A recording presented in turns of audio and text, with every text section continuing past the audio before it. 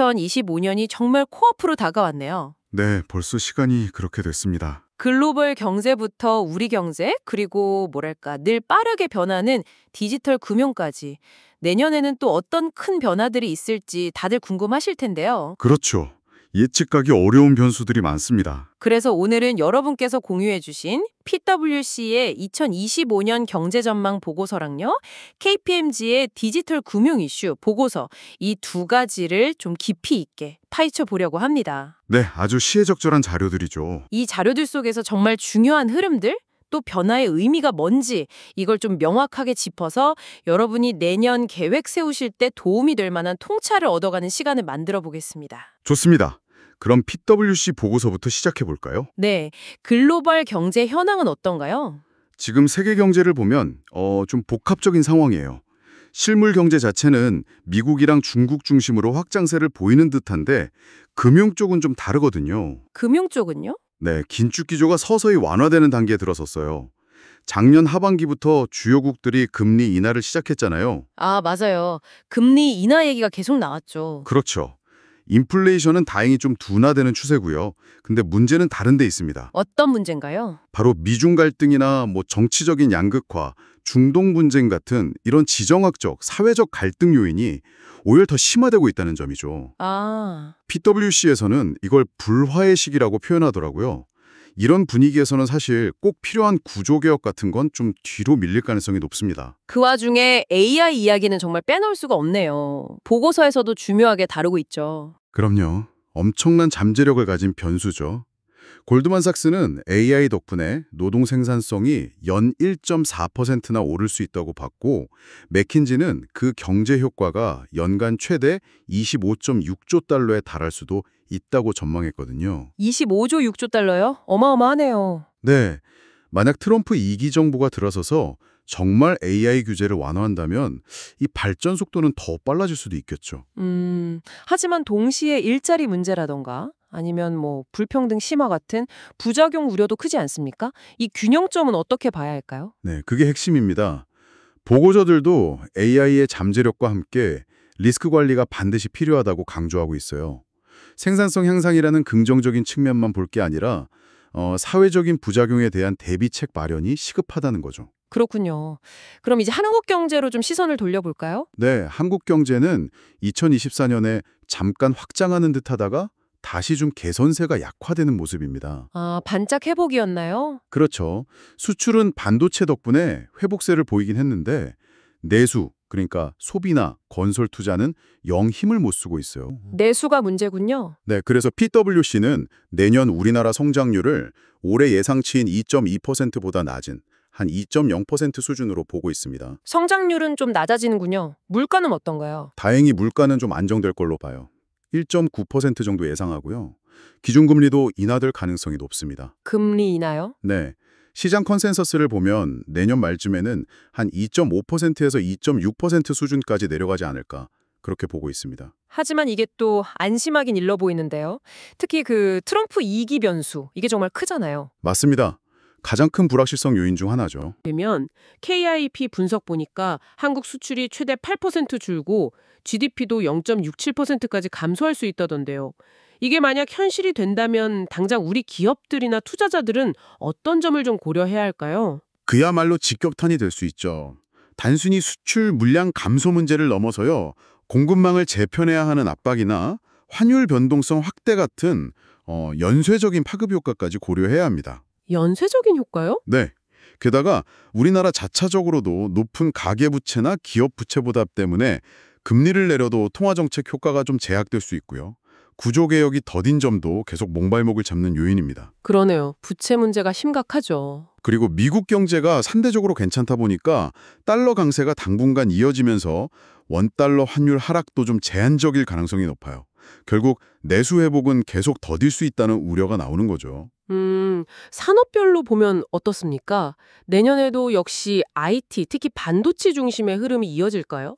물론 대외 변수가 워낙 커서 장담하긴 어렵겠지만요. 일단은 그럴 가능성이 높아 보이긴 합니다만 말씀하신 대로 변수가 너무 많죠. 그렇죠.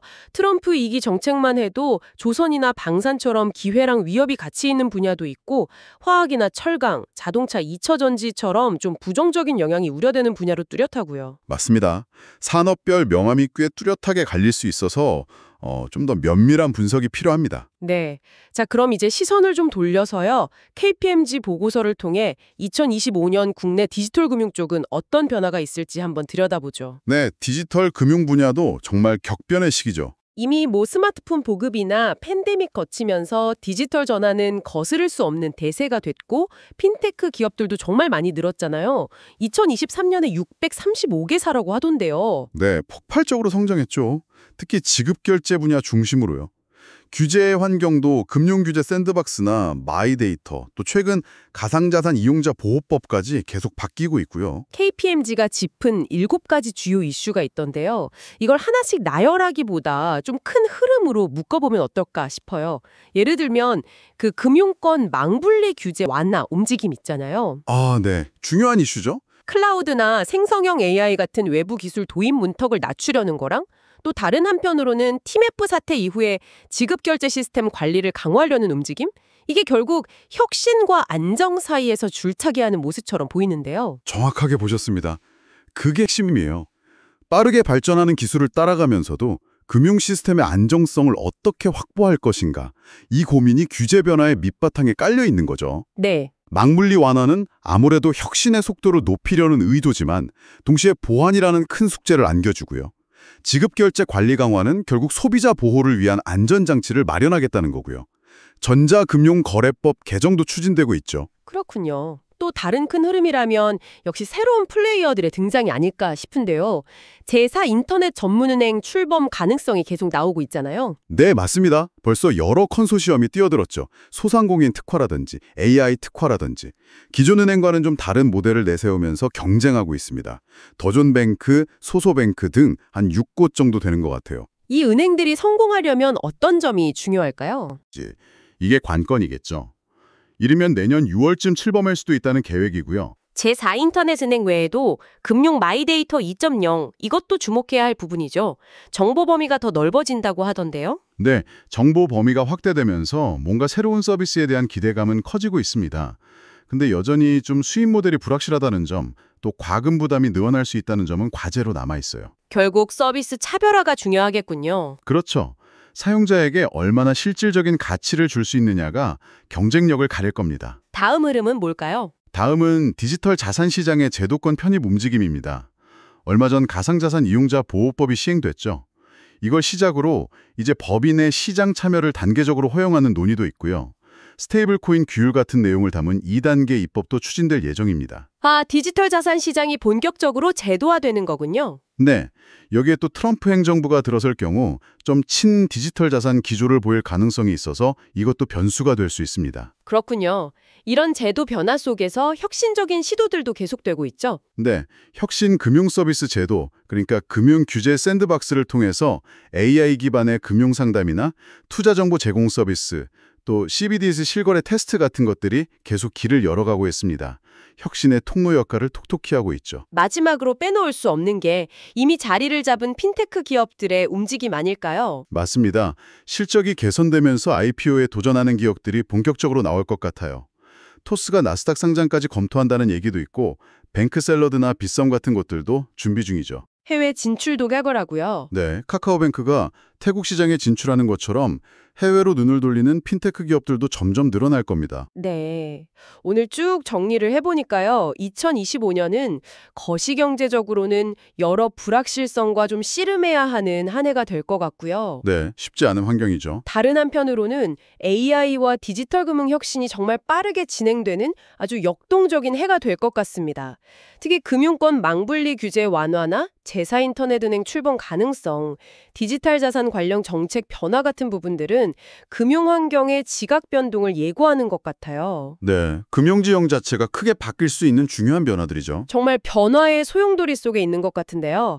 자, 그럼 마지막으로 이 방송을 듣고 계신 여러분께 질문을 하나 던져보겠습니다. 이렇게 계속 흔들리는 거시경제 환경과 정말 눈 깜짝할 사이에 진화하는 디지털 금융 기술 및 규제 속에서 여러분의 비즈니스나 투자는 과연 어떤 기회를 포착하고 또 어떤 위험에 대비해야 할까요? 특히 AI 기술이 금융 서비스와 본격적으로 융합되면서 만들어낼 그 새로운 경쟁의 판 위에서 우리는 어떤 전략을 가지고 어떤 자리에 서 있어야 할지 한번 깊이 고민해 볼 시점인 것 같습니다.